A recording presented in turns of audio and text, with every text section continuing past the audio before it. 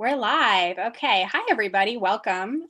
So happy to be here. My name is Alex Kittle, and I am here with Karen Maine, the writer and director of brand new film, Yes, God, Yes, which is available to rent through the Coolidge's virtual screening room. I encourage you to do that. It's great. Do it after the Q&A, though. You should stay here first and listen to our convo. So we are just going to be going through some of the background and interesting facts about the film with Karen. And if you have any questions, you can submit through the chat on the YouTube live video. So please, we encourage you to do that. But yeah, welcome. Thank you so much for being with us. It's such a pleasure to be here. Thanks for having me. Oh yeah, anytime. So I just kind of wanted to dive right in. Just kind of to start, just have you tell us about how the film came together. I know it was based on your own experiences. And I was wondering why you chose narrative film as the medium to tell this story. And as you're discussing female pleasure and sort of teen sexual awakening. That's such a good question. No one's asking me why I chose this medium. Well, because then you started as a writer, right? Yeah, so I was like, oh, I wonder why the move to film was kind of what I was wondering. I worked in book publishing for 10 years. So you would think maybe she wanted to write a book, but God, no. I don't know how people write books, to be honest. Because when you write a screenplay, you get like, that exists as like a piece of writing, but then you get to like make it into something else. So it sort of leaves, it's like one of those locusts like shedding a shell or whatever and becoming something else. And yeah, like oftentimes like people be like, oh, I read your script. And I'm like, oh God, like, no, just watch the movie. Like the script is, it's not a thing anymore. Like the film is the thing. So that would be why I think I chose film. Makes sense. And especially because, it was quite challenging because the conflict of the protagonist Alice is quite an internal one. And therefore, I didn't want to just like tell what her conflict was. So there's not, as a protagonist, she doesn't have a lot of dialogue. But thankfully, Natalia Dyer is very talented and she killed it.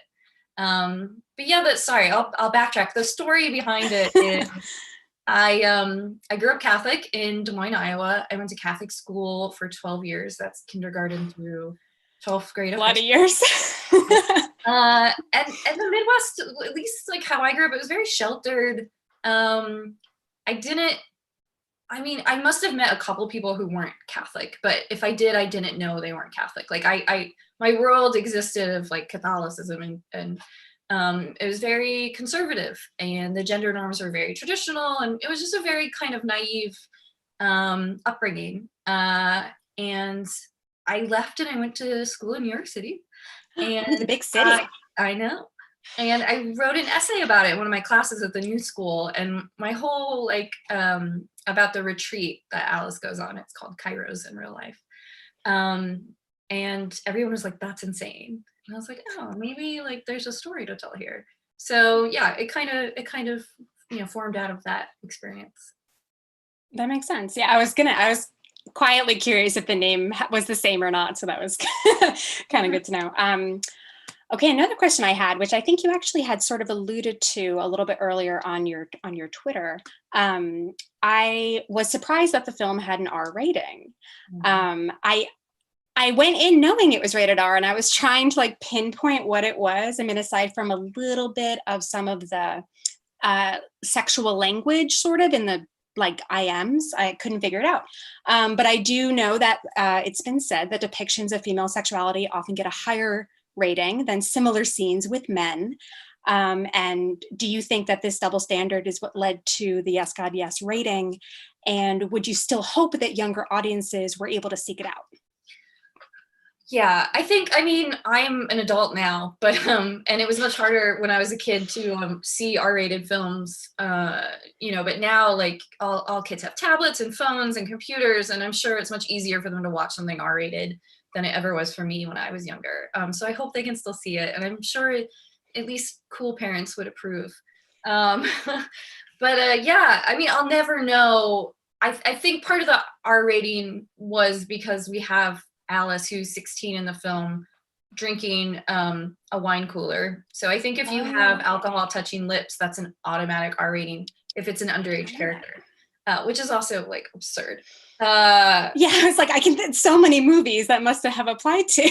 I know. But I do, like, I'll never know, like, there have been extensive like writings and essays about the MPAA and how they tend to give higher ratings to films about female sexuality. But I mean, I'll never know. Like I have heard that some like bigger studios or bigger filmmakers are able to have the money to sort of challenge it or like plead their case and try to get it down to something else or up if they want it. I don't know. Maybe some people want a higher rating. But we obviously weren't in a position to do that with this indie film. But I think it should be rated PG-13 for sure. It's very mild. I would agree. But yeah, I couldn't help but have that in the back of my head, while I was watching. But yeah, just good to know. Also, yeah, please, folks in the audience, feel free to submit questions through the YouTube chat. If you're just joining us, we're here with Karen Maine, director of Yes, God, Yes. Another thing that really struck me in this film, and part of it might just be because I had I was in high school around the same time, I think, as the film was set. But just the setting, was so crucial to the story, not just that she's in this very kind of isolated Catholic school, kind of small town environment, but also the technology of the time period that's available to her is, that kind of means everything for what she's going through. And I was curious, how do you think that access to the internet, and especially AOL, affected sort of sheltered teens during that time of the kind of dawn of access to the internet? Yeah, that was a funny time for the internet because, I mean, you could, there was like AOL. And to be honest, like, I don't really remember like using AOL to ever like Google anything. I just used AOL to play games and to like have fun chatting with strangers, which obviously like, evolved into like cyber sex, which I was definitely not mature enough to be doing. It was more like you'd have your friends over for a sleepover and then you'd all get online and like the four of you would have cyber sex with someone, and just like giggle and laugh because you had no idea what you were doing. And I did that once and I remember I felt really, really guilty afterwards. Like I couldn't eat dinner afterwards because I felt so guilty. But yeah, it's like the precipice of like the internet sort of becoming the vast thing that it is today. And especially, I think young people in that time, had this opportunity because I don't think their parents really understood what was out there either. So there wasn't like a huge level of oversight or protection from your parents. I mean, eventually there was, and my dad was like, why are you getting nude pictures sent to your email address? But yeah, I think what was important to set it then was, it was my own experience, but also because it was so limited. It was like a window or an ajar like door into another world, but it wasn't like this vast opening, like a cavernous opening that it is today, where you can be like, I'm masturbating, is that normal? And find out like right away that it is. Not to say that there's not a lot of bad information out there too, but I think it's maybe, I mean, there are some bad things that come with that as well, like bullying, but yeah, I think it's much more easier to get information on your own today than it was back then. I remember using Magna Carta or like Encarta. No, yeah, Encarta, the like CD-ROM to like do. Yes. Yeah, Wikipedia wasn't a thing. Like, yeah, it was so much more closed off back then. And I was thinking about it myself because I'll be real with you, I didn't know what tossing someone's salad meant when I watched the film. Like, so I felt very uncool, and I was glad that you gave a definition of it when the film started. But I was thinking about it and I was like, yeah, like before we had Urban Dictionary, what did I do? What did kids do? Right. Well, yeah, that actually happened to me in real life, like that exact rumor. Like I like hooked up with a guy and we just made out. Like I was 16. And the next day at school, some like older girls walked by and were like, Karen, you tossed my salad. And I literally had no idea what it meant. Like, I don't think I even knew at first that it was something sexual. Like it could have been anything. That you'd cooked for him or something. I don't know. Like, I had no idea. Like, yeah. Anyway, I honestly think it had something to do with like throwing up or something. Like I made him throw up from like drinking too much, or I have no idea. But yeah, and I didn't have a way to figure it out. And I honestly don't remember how I inevitably figured it out. But yeah, it was difficult. I know. I think It was a weird time. I think you're totally right. It was an in-between time, and the sort of like parents not quite understanding all that you could be exposed to, I think really hits the nail on the head for how Alice could so easily, like she literally goes within 30 seconds from a very innocent game of word just scramble, right? Yeah. Into being sent naked pictures. I mean, And they're just, it was kind of the Wild West. Yeah, that's how it was. There were a lot of creeps on there, and you could just easily start talking to someone. Yeah. Yeah. And how easy it was to, I guess, you wouldn't really know what was real or not, and how you could so easily create, like she uses someone else's photo and, Right. you know, lying about your age and all that kind of stuff. But yeah, I definitely did that too. I remember the Babysitters Club film had just come out, like the one with like Rachel Lee Cook. And I used like a like cutout from like a magazine. It's like a very posed photo of one of the babysitters. I think it was the one who played Dawn, because she was like the really like fashionable one. But yeah, it worked. Or the person, I don't know, who knows. I guess like maybe a lot of creeps on the internet were not watching the Babysitters Club movie. So right, yeah. It's a good cover. Yeah, it worked. Awesome. Another thing that really struck me about the film is that I think on paper, it kind of sounds like, oh, it's like a sexual awakening movie, it's a teen sex comedy, whatever. But most of those they tend to be about kids having sex and wanting to and talking about it, and it's talked about with pride, and it's expected and you're pressured to do it. It's a totally opposite type of environment from what we see in the film.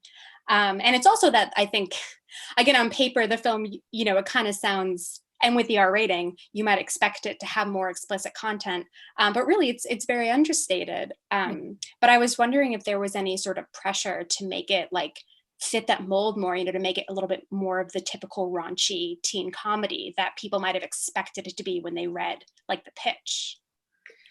Yeah, I mean, there wasn't a lot. Thankfully, I think with independent film, you have a lot of room to sort of make what you want. But there was some times later on when we had already shot it, we were screening it, we got some feedback like, is this, American Pie or Spotlight? Like, and I was like, oh my God, I have to make it be one of those. Like, and I think honestly, like the process of the film coming out and like seeing reviews, not just from critics, but from people watching it, like a lot of people I get, like some people, were expecting a more raunchy teen sex comedy and liked it. And some people were expecting that and didn't like it.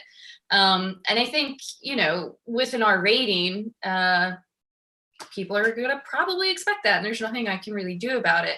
But I think we're really limited in our terms of how we get to describe, a sex comedy or a sex dramedy or whatever. Like, I feel like if you even put the word sex in it, like already it's like, sex and comedy. Oh my God, it has to be raunchy and sexy. And I don't think that's a lot of people's experiences. And a lot of people are funny and they have sex and they're not raunchy or overly sexy. But I just, this is a Catholic girl who doesn't, have a lot of experience yet. And I wanted to show like the precipice of her, that crossing that threshold. Like, I think everybody knows like what happens after, like she's clearly had an awakening and, she's going to have a more independent, critical, minded life. But yeah, it's really interesting. And I'm glad I didn't fall into one of those two sort of genre niches, and that it's something kind of in the middle and different. And some people don't like it, and that's okay. But well, they're wrong. But yeah, no, I really like that it fell in that middle. I think it's interesting in that I can imagine people's expectations depending on what they've read about it or even just reading what it's about. Yeah. I'm curious about how that affects, certain audiences viewing. I hope that they find themselves surprised and delighted that it's not, Right. Another super bad or something, not to belittle the type of teen sex comedy, but it's just, it's not that. Yeah. And it's a more nuanced depiction of this idea. And I think you're right. It's closer to probably a lot of people's experiences. It's definitely more relatable, I think, than those sort of over the top, more exaggerated American Pie type movies. Right. Right. Exactly. And we have some audience questions if you're ready. Yeah. So Ben S asks, he says, one thing I'm curious about is if it felt tricky dealing with the subject of religion and whether there were any lines you were wary of crossing with criticizing Catholic culture. I don't think there were any lines I was like wary of crossing, but I definitely like always had in the back of my head that I didn't want to just entirely lampoon the Catholic religion, which, you know, at times I had an urge to do, don't get me wrong. As someone who went to, you know, Catholic school for 12 years, I feel like I have a right to do that. That's fair. But no, I wanted to be taken seriously. And I think, you know, there are lots of issues with the Catholic Church, definitely, and many other types of people. But I wanted to focus on this idea about sex and how the guilt is built around it, and you know, like even priests are gonna, you know, they're told they can't have any sex and they can't masturbate, but they're inevitably going to because they're human, and then they're made to feel really, really guilty, and that just doesn't sit well with me. I mean, among many other things that the Catholic Church teaches, but that's the one I wanted to focus on. And I didn't want to go too overboard with like all the other things I could criticize about the Catholic Church.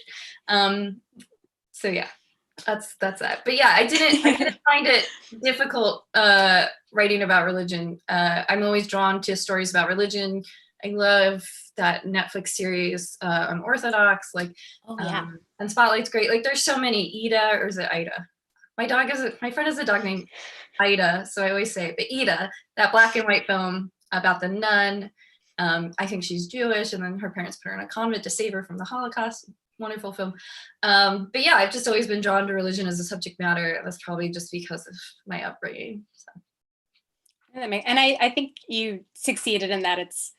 It doesn't feel like it's this big indictment of the Catholic Church, but it definitely felt like, oh, this is someone who lived through this and therefore can criticize in, you know, often sort of subtle ways. I know one thing that really stuck out to me, because I totally get the whole guilt around sex thing that you nailed. But I think you also got to hit a little bit of the like surveillance aspect and the God is always watching type thing, which is definitely something I also really felt being raised Catholic was always, and I think that ties into you're guilty about things because you think someone's watching you. And it's either God's watching, or I know for me, I was always convinced that my dead relatives were watching. Me too. Yeah, like right. Because they're always like, yeah, but don't worry, she's watching over you. And I'm like, that doesn't make me feel better, Mom. Like, my grandma just saw me do that. Exactly. It's a real buzzkill. Kids take this shit seriously, and like, I think when you're and it sticks with you. You forget how like, you know, earnest and believing, and how much children just take things at face value. And yeah, it's hard. It's scary. It's terrifying. Be a Catholic child is terrifying.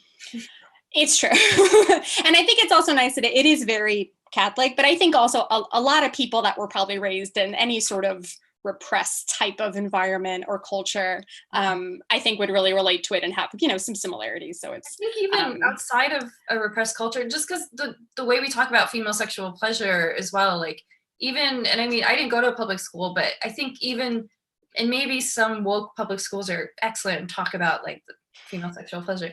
But the reproduction it's sex ed is reproduction largely. And that obviously involves male sexual pleasure because it's necessary to reproduce. But, you know, most people don't talk about female sexual pleasure in an educational, you know, situation. And therefore, I think even women who aren't raised with religion or conservatively, like, still feel weird about discovering that about their body, and maybe that it's not okay because it's not discussed. So hopefully people talk about it more. I think we're very, very gradually, slowly getting there. And films like this definitely help. Also, we've got A lot of audience questions coming in. You're inspiring our viewers. Sort of keyed in a little bit to what we had just been talking about. Kristen B wants to know, well, she says she loves the film, and she also loves Obvious Child. And she says that you're very funny. Yeah, I think, yeah. And she wonders if your sense of humor is a byproduct of your Catholic repression. She also wants to know if your Catholic upbringing influenced your later views on abortion. Oh my God, such good questions. I don't know, maybe, I don't know where my humor comes from. I was such a nerd and not funny at all in high school. So maybe it developed later, but I definitely was not, well, at least I didn't think I was funny. I was a big loser. If you say so. I've never thought about it. I'll ask my therapist. And yeah, the other question, I forgot what it was. Wondering if your Catholic upbringing influenced your views on abortion at all, if there's a connection there. Yeah, I mean, I was definitely drinking the Kool-Aid until I was about 17 or 18. And I can't remember specifically what it was where I was like, oh, abortion, is clearly something that's important. Women can make that decision for themselves. And yeah, so I was only about 18 when that happened. But yeah, I think becoming really vocal about it and supporting it and protesting and writing Obvious Child, it was, yeah, really, I was really inspired by rejecting my upbringing and feeling like that was an important story to tell for that reason, for sure. Definitely. Yeah, that makes sense. You wouldn't take it for granted because you'd seen all the negativity and people speaking out against abortion. So it makes sense that would make you even stronger for it, to kind of, you have something that you're fighting against in a sense. Yes, totally. Completely. We have sort of a silly question, but I'm actually, I was talking about this with friends recently in a reminiscing nostalgia way. Would you be willing to share what your AOL screen name was? It's a really good question. And it's very personal question. Movie, except it was Loves to Ski 13 because I was 13 when I got it, not 16. Oh my God, that's great. I love it. And I love that it was something that was kind of vague enough. When Father Murphy's like, there's no way we can know who this person is. And I'm like, yeah, that's a good generic screen name.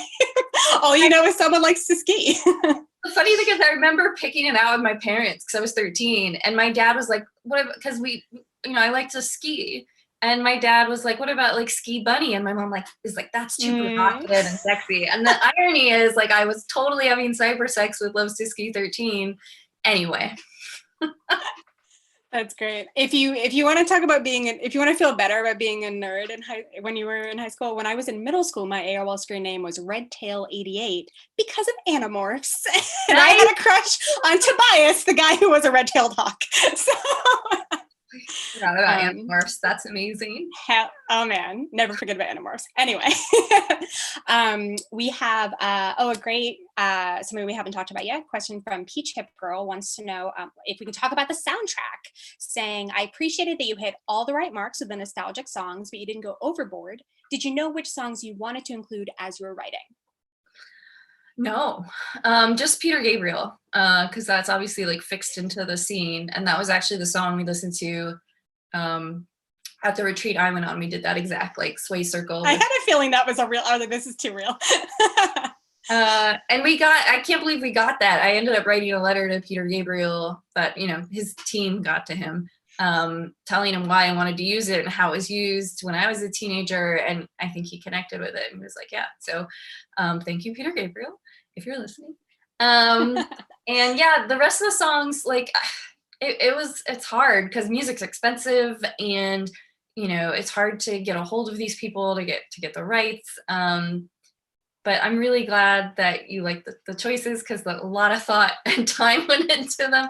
And the Genie in a Bottle needle drop is oof, that so is good. awesome. And it's the slowed down.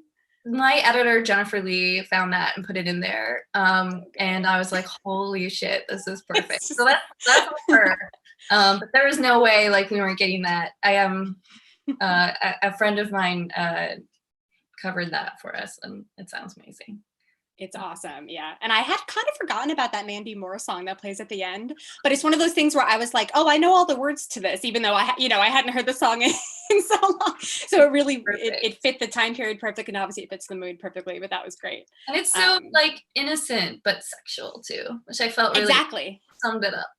I was thinking about it. I was like, when I first heard this song, and I'd probably sing along to it, I don't know what year that song came out, but I'll bet you it's before I really understood what it was talking about. Yeah. So I think it was,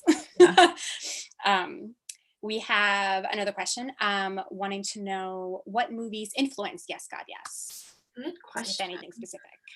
Yeah, I mean, a lot of stuff. I feel like Diary of a Teenage Girl was influential. There's a really great Swedish film called Turn Me On, Goddammit. That's also about masturbation. I don't think it's religious, but it's really funny. And if you haven't seen it, you should watch it. Yeah, there's a really great French film called Mustang that's set in Turkey by Deniz Erguvan. Oh, Erguvan? Is that her last name? I really like that film, but I'm blanking on how to pronounce her name. Yeah. I usually write her name down because I can't remember it. There's a middle name. I think it's Erguvan.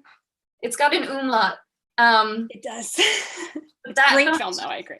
Gorgeous, and those it's about 5 women, 5 children, daughters growing up in Istanbul. Or maybe not Istanbul, I think in a small town in Turkey, and then they go to Istanbul, but it's fascinating. Very good. Yeah, and I think it's actually streaming on Canopy, just as an FYI for people out there. Watch Mustang. Yeah, awesome.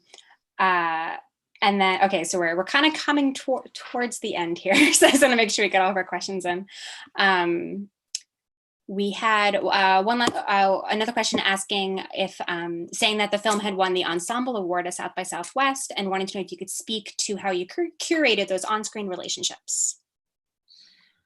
Yeah, I feel like we got really lucky with our cast. Everybody was so wonderful. And Natalia I'd worked with before on the short, which was great because this was our first feature, and we shot it in 16 days, which is really, really quick. So having that like shorthand with her from the short was great. Timothy Simons, obviously hilarious. And I wish, the character was funnier for him, but I kind of like seeing him in a more subdued. Yeah, great. It was kind of nice. It's so funny. I feel, yeah. But yeah, and then, yeah, I mean, we just had great casting. Jessica Kelly and Rebecca Dealey were our casting agents. And I think we just got really lucky, and everybody worked hard and, didn't let the 16-day shooting schedule deter them. And we stayed in everyone stayed in this really grubby hotel just off the freeway outside of Atlanta. And so we all just were in the thick of it and really bonded and had a good time. Yeah. It was like going to summer camp for sure. That's great. I think it really shows. And it also, I feel like everyone really gets the sort of sense of humor of it, which not when the sense of humor is really understated, like it is in this film. I think not everyone is always on the same wavelength sometimes when you watch the film, but I feel like everyone just really gelled well and was kind of, I don't know. I feel like there was a lot of sort of just the understatement of the comedy I really liked about it, and felt like the cast was really working with it. Yeah, I guess that must just come through, and that's great. Thank you for saying that. Okay. And then this is from me. This is kind of a goofy question, but several people who watch this film, we've talked about this, so I have to ask. We are curious about the arm hair situation on Wolfgang Novogratz. So, I want to know if that's his real arm hair, or is it some kind of a hair wig, or was it like a stand-in, like a hairy arm stand-in? What's the deal? It's fake arm hair. I believe he said that it took about an hour to put on every day and 45 minutes to take off, because they literally laid individual hairs on his arm, because we had a fine tooth metal comb. Because we had, it's long, it's luxurious. We had those extreme close-ups. And it's multicolored, it was this tapestry of arm hair. I mean, that's all, makeup, and they did an amazing job. Oh yeah, A+. Okay, good. That was literally several people I know, we're all talking about it. We're like, what do you think? Like taking bets on the arm hair. So yeah. Yeah. And it's an image that really sticks with you, I think, from the film. And I mean it in a great way. It's really good. To say quickly, it was inspired by Stanley Tucci's hairy arms. Oh my God, that makes so much sense. And I love that. Yes. When the cooking photos of him from the cookbook. Yes, I saw the cookbook. Yes. I was just like, why am I so attracted to his arms? I don't think I've ever been attracted to arm hair before. Oh my God. And I was writing it, and I was like, she's going to be into arm hair. That makes it so much better. I'm so glad you said that. That is great. All right. Well, we're about out of time. My last thing I just wanted to ask was if you had any upcoming projects that you could talk about, anything on the horizon that you'd like to, give us a little bit behind the scenes scoop. I was in London about to direct a TV series for BBC and HBO Max that stars and is written by the wonderful Rose Matafeo, who's a very funny New Zealand comedian. And we were about to shoot and COVID happened. So hopefully that will be starting back up again very soon, and I'll be back out there. But yeah, got, a few ideas up my sleeve. So hopefully I'll be doing another feature film soon. That's the dream. That's awesome. I know I'm always torn about that kind of thing because I'm like, well, maybe you just want to take a break and I shouldn't be pushing you to do new things. But also I assume you want to do new things and you're excited to like try new projects. So that's good. Yeah, you have to balance it with like, making money. So it's not always all the time in the world, but extremely, extremely true. Well, great. Yeah, I think that about does it. Thank you so much, everyone who put in questions and who checked out our chat. Again, please rent. If you haven't yet, please rent Yes, God, Yes through the Coolidge's virtual screening room. It's great. And now you have all this fun behind the scenes insider info that you can watch with it, thinking about Stanley Tucci's arm hair. But otherwise, I hope everyone has a good night. And Karen, again, thank you so much for chatting with us about the film. Thank you so much. Thanks for having me.